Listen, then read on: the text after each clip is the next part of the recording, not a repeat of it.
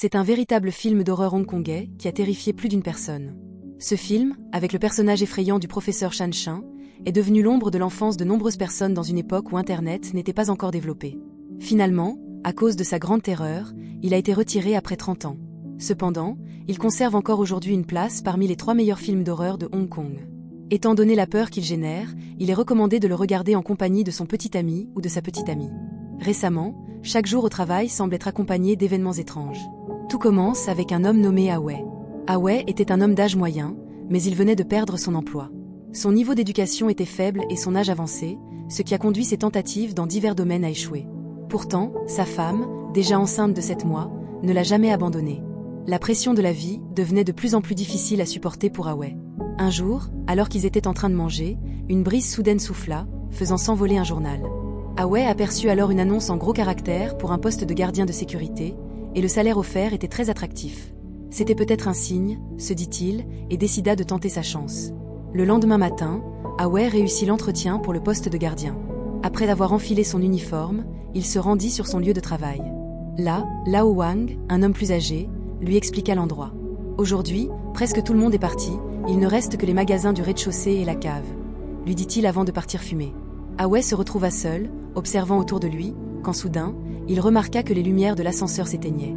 Il se précipita vers Lao Wang et lui dit « Les lumières de l'ascenseur se sont éteintes, qu'est-ce qui se passe ?» Lao Wang lui répondit d'un ton distrait « C'est l'interrupteur, ce n'est rien de grave, ne t'en fais pas. » Bien que Awei n'ait pas tout compris, il ne posa pas davantage de questions. Après la fin de la journée de travail, Lao Wang proposa de célébrer l'arrivée du nouveau gardien, Awei. Il invita quelques collègues à se rendre au restaurant. Alors qu'il mangeait, un gros chien noir arriva et se heurta accidentellement à la jambe d'un homme surnommé Grand Gueule. Ce dernier se mit à jurer « Un jour, je vais le tuer et le manger. » Les autres ne prêteront pas attention à ces paroles. Le lendemain soir, Amei et Fat Cat étaient de service de nuit. Ils se rendirent ensemble au rez-de-chaussée, et c'est à ce moment-là que Fat Cat partit aux toilettes, demandant à Amei de l'attendre près de la porte. Alors qu'elle était en train de réfléchir, elle entendit une voix disant « Il y a un appel pour toi, viens vite. » Sans réfléchir, Awei se dirigea vers la salle de sécurité. Mais alors que les portes de l'ascenseur se fermaient, les lumières qui étaient stables jusque-là devinrent instables.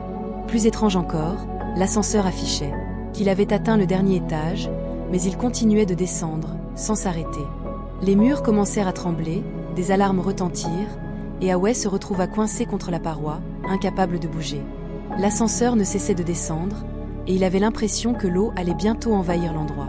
Terrifié, Awei perdit toute notion du temps. Après ce qui lui sembla être une éternité, l'ascenseur s'arrêta enfin. Les portes s'ouvrirent, et un éclair vert envahit l'espace, accompagné de fumée. Lorsque la fumée se dissipa, Awei aperçut un mur de pierre humide, sur lequel était dessiné un petit bonhomme rouge. Des bruits d'enfants se faisaient entendre tout autour de lui. Pris de panique, Awei appuya sur le bouton de fermeture. Dès que les portes se fermèrent, l'ascenseur remonta, et l'environnement redevint normal.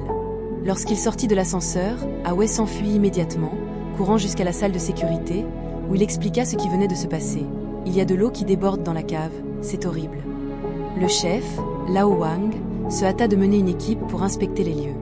Lorsqu'ils ouvrirent les portes de l'ascenseur, ils virent Fat Cat en sortir. Après vérification, rien ne semblait anormal.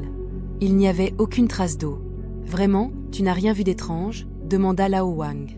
Awei, complètement confus, répondit « Mais l'ascenseur, il n'arrêtait pas de descendre et l'eau a failli tout engloutir. » Finalement, Lao Wang, visiblement amusé, lui dit « Tu as dû halluciner.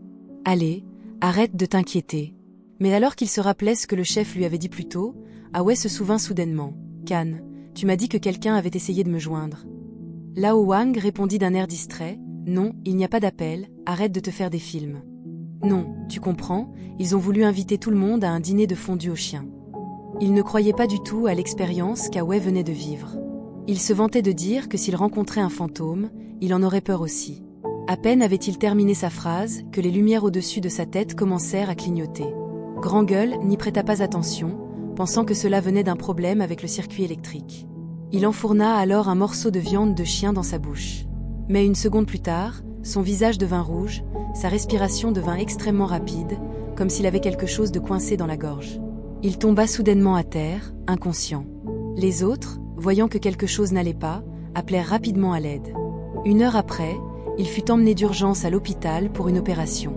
Le médecin, en procédant à l'extraction de l'objet coincé dans sa gorge, découvrit un petit morceau de métal. Alors qu'il se préparait à le recoudre sous anesthésie générale, Grandgueule se redressa soudainement.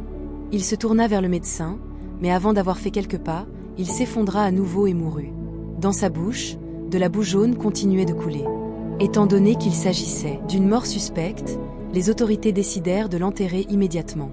Le lendemain, ils procédèrent à son enterrement.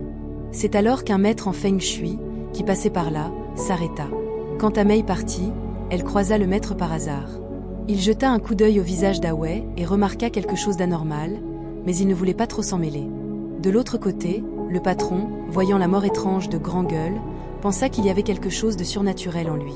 Lao Wang pensa alors qu'après l'arrivée d'Awei, des événements bizarres s'étaient multipliés et décida de le renvoyer. Cependant, ne souhaitant pas payer d'indemnité, il demanda à Awei de démissionner volontairement. Après le travail ce jour-là, Lao Wang invita Awei chez lui. Mais à ce moment-là, un événement étrange se produisit. Un journal tomba soudainement sur le sol, exactement là où l'eau s'était accumulée. Le journal glissa sur l'eau et se retrouva dans la cuisine, près de Lao Wang qui était en train de cuisiner. Il ne se rendit pas compte de ce qui se passait derrière lui. Lorsqu'il se retourna, le journal s'enroula autour de sa tête, l'étouffant. Lao Wang tenta de l'enlever, mais il finit par s'effondrer, mort. Lorsqu'Awei arriva chez Lao Wang, il trouva la maison vide, ce qui le surprit. En s'approchant du journal, il découvrit que Lao Wang était mort, avec un journal dans la main. En l'ouvrant, il lut un message étrange. Avant la construction de cette grande salle, cet endroit était le repère des trafiquants d'enfants. Le message expliquait qu'un enfant avait été tué ici et que, depuis, des rumeurs de hantise circulaient. Awei prit le journal et se rendit chez le patron de Lao Wang, où il raconta ce qu'il avait découvert. En écoutant l'histoire, le patron frissonna et confirma que l'endroit était vraiment hanté. À ce moment-là, le maître en feng shui arriva sur les lieux et s'adressa à Awei. « Ton destin est marqué par une forte énergie yin. As-tu l'habitude de ne jamais garder un travail longtemps ?»« Oui, comment le savez-vous » répondit Awei. « Peux-tu me dire ta date de naissance » demanda le maître. « Je suis né le 4 juin au soir » répondit Awei. « Tu as 28 ans ?»« Oui, mais je ne connais pas les détails selon le calendrier lunaire. »« Je comprends maintenant » dit le maître. « Les personnes nées à ce moment-là, avec une telle énergie, ont souvent des vies très perturbées. » Awei, en repensant à tout ce qui se passait, ajouta « Depuis que je travaille ici, tout semble être bizarre. » Le maître proposa alors de les accompagner sur le lieu de travail. En arrivant, le maître nota une étrange perturbation dans l'air et commença à faire des prières. En entrant dans le sous-sol, un grand vase rituel commença à tourner frénétiquement. En suivant les indications du maître, ils arrivèrent au sous-sol, où une force étrange explosa littéralement l'artefact rituel. Le maître, bien qu'un expert, n'eut pas la force de combattre les mauvais esprits présents. Heureusement, il avait un talisman de protection, sinon il aurait sans doute perdu la vie ce jour-là. De retour chez lui, le maître commença à préparer un rituel d'exorcisme, et c'est alors qu'il aperçut l'image d'une petite fille en robe rouge à travers la fumée. Le lendemain, le maître se rendit chez Awei. Il entra et observa immédiatement que quelque chose n'allait pas dans la disposition des objets dans la maison. « Cette étagère au centre de la pièce vous est défavorable, elle perturbe votre énergie, dit-il. « Pourquoi cela ?» demanda Awei. « Si vous ne déplacez pas cette étagère, cela pourrait affecter votre chance. »« Et ce verre dans la décoration, c'est un problème ?» demanda Awei. « Le verre apporte une sensation de fraîcheur, mais dans ton cas, ce n'est pas bon, » répondit le maître. « Tu as combien de chambres, un salon, une cuisine, des toilettes ? Au total, cela fait 4 pièces. Feng Yi est un frère aîné, mais il n'a pas de pièces séparées, et le mauvais présage est évident.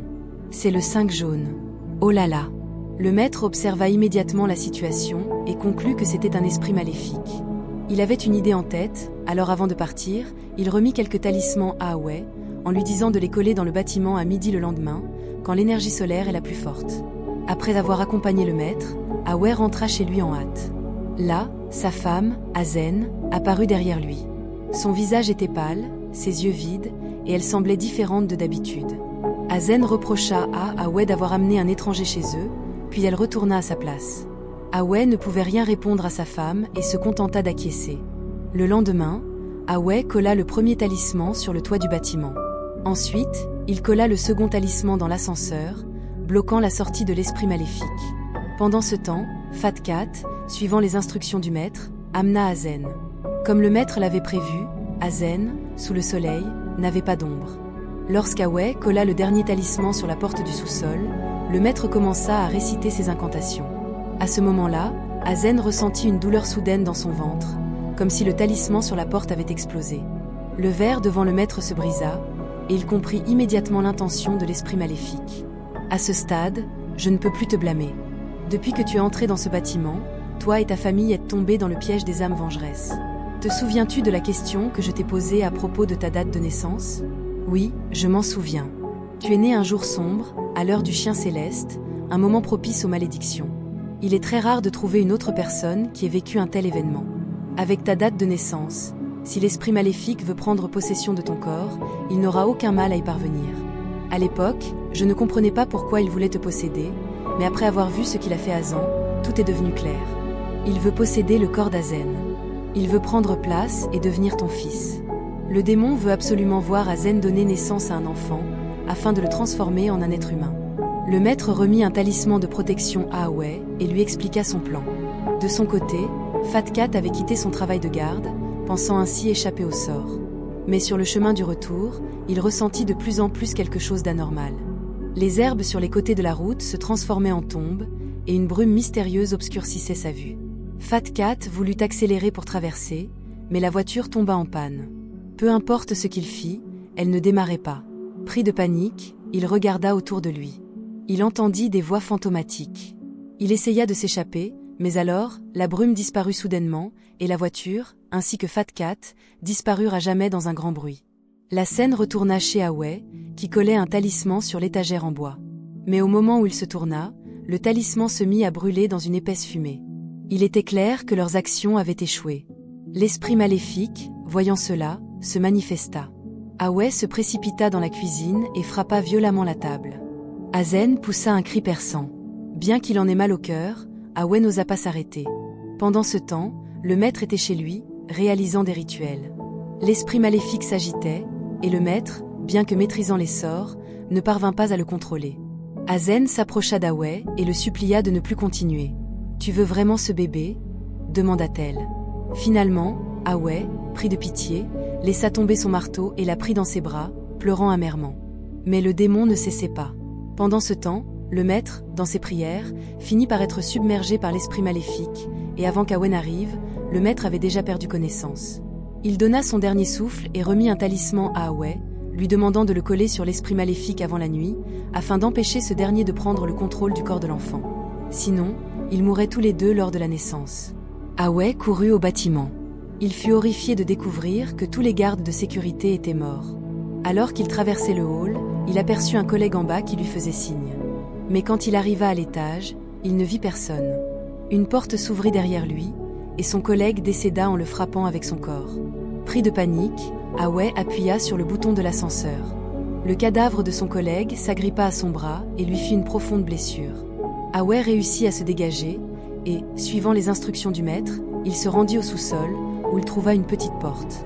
De l'autre côté, il aperçut des flammes spectrales flottant dans l'air. En suivant les instructions, Awe colla le talisman. Mais au moment où il pensait que tout était terminé, quelques gouttes de sang, provenant de la blessure sur son bras, tombèrent sur le talisman. Un enfant en robe rouge apparut soudainement dans l'eau. C'était le démon, le spectre de l'esprit maléfique.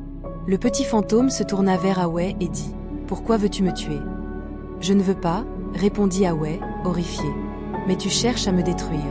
Je vais revenir à la vie, à ce moment-là. » Awe, se rendant compte du danger, tenta de fuir, mais l'esprit maléfique l'attrapa et serra sa gorge. Au moment où il allait succomber, l'esprit relâcha soudainement sa prise et disparut lentement. Awe comprit alors que l'esprit maléfique était déjà en train de renaître. Désespéré, Awe se mit à frapper le sol. Il savait qu'il ne pourrait pas empêcher cela. Le lendemain, Azen sortit de l'hôpital. Mais alors qu'ils approchaient de la porte, l'enfant dans ses bras se mit soudainement à pleurer. Pensant qu'il avait faim, elle se précipita pour rentrer chez eux. Mais à peine la porte ouverte, Awe, en étant derrière, prit l'enfant dans ses bras, et tout se termina là.